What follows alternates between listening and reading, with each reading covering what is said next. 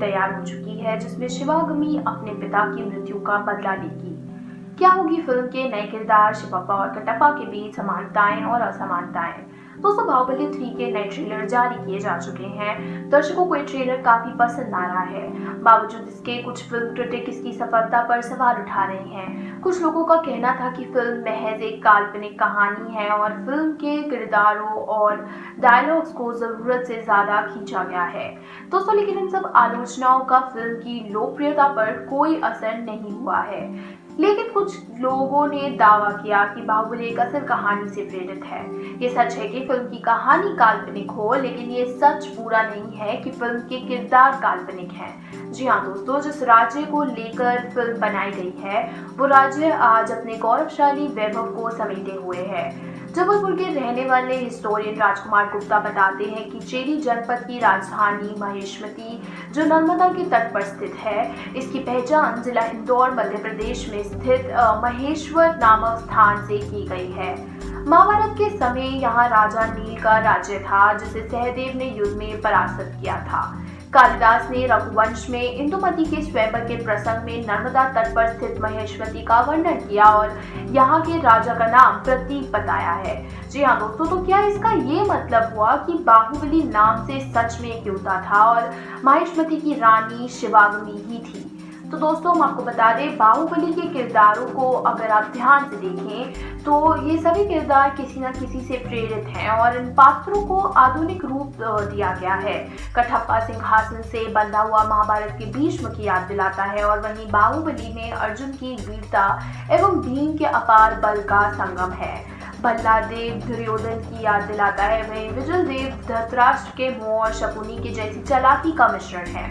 गदा दुर्योधन का प्रमुख हथियार था, तो भल्लादेव भी विशालकाय गदा हमेशा अपने पास रखता है। अर्जुन सर्वश्रेष्ठ धनुर्धर थे, बाहुबली ने भी इस कला में महारत पाई हुई थी। देवसेना की कहानी बहुत हद तक मणिपुर राज्य की राजकुमारी चित्रांगदा से मिलती थी। चित्रांगदा बेहद खूबसूरत थी। एक बार अर्जुन कारणवश मणिपुर गए। अर्जुन ने उन्हें देखा और देखते ही उन पर मोहित हो गए। अर्जुन ने चित्रांगदा के पिता और मणिपुर के राजा चित्रवाहन से चित्रांगदा के साथ अपनी विवाह की इच्छा को जाहिर किया।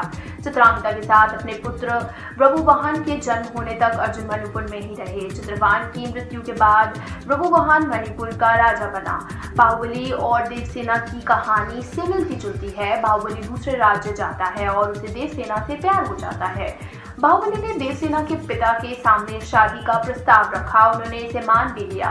तो आगे की कड़ी में क्या बाहुबली का बेटा उनका साम्राज्य संभालते हुए नजर आएगा? दोस्तों, हम आपको बता दें कि राजमाता शिवांगी खुद डूब जाती हैं, लेकिन बाहुबली को अपने हाथ पर उठाए रहती हैं और उसकी रक्षा करती हैं। आपको ये सीन देखकर वासुदेव की याद जरूर आई होगी। हमने धार्मिक धारावाहिक श्री कृष्ण में देखा कि कैसे वासुदेव नवजात भगवान कृष्ण को यमुना नदी पार करके गोकुल तक ले जाते हैं।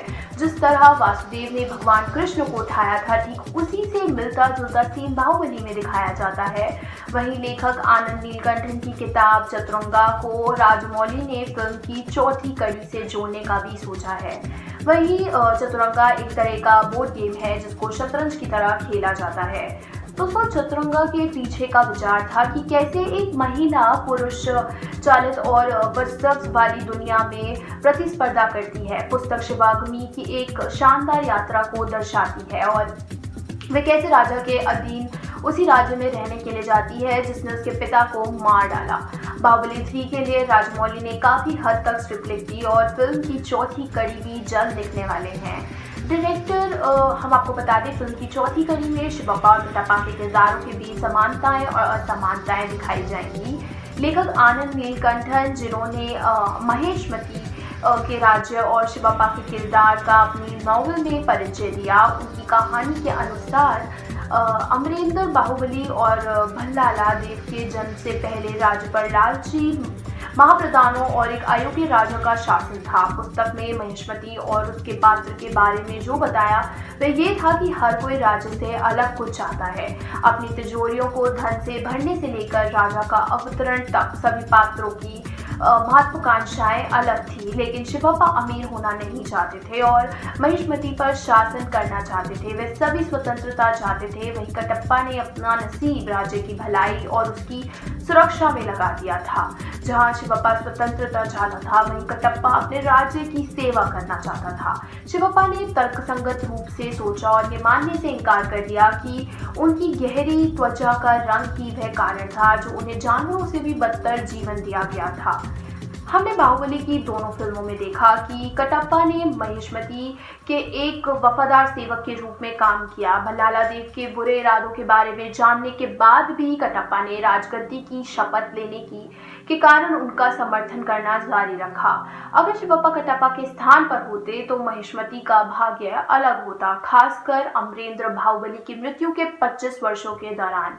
तो फिल्म की चौथी कड़ी में ये देखना काफी दिलचस्प होगा कि शिवप्पा के किरदार के किस तरह से दिखाया जाएगा, उसके किरदार को किस तरीके से दिखाया जाएगा और किरदार लेखक की नॉवल से कितना अलग होगा।